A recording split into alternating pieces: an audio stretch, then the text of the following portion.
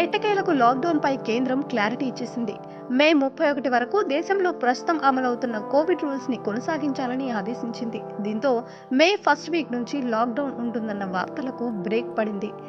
ఎట్టి పరిస్థితుల్లోనూ లాక్డౌన్ విధించే అవకాశాలు లేవని స్పష్టం చేస్తూ కోవిడ్ గైడ్ లైన్స్ ని మాత్రం యథావిధిగా పాటించాలని ఆయా రాష్ట్రాలకు సూచించింది.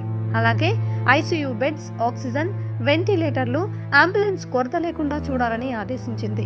గత వారం రోజులుగా పాజిటివ్ కేసుల సంఖ్య 10% దాటినా 60% బెడ్స్ నిండిన ప్రాంతాలను కంటైన్మెంట్ జోన్లుగా గుర్తించాలని రాష్ట్రాలకు సూచనలు చేసింది.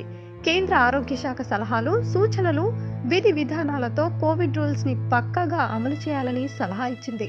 ఇటు తెలంగాణలో కూడా లాక్డౌన్ ఉండదని మరోసారి ప్రభుత్వం స్పష్టం చేస్తూ నైట్ కర్ఫ్యూను పొడిగిస్తూ ఆదేశాలు జారీ చేసింది. మే 8వ తేదీ వరకు ఈ నైట్ కర్ఫ్యూ అమలు కానుంది.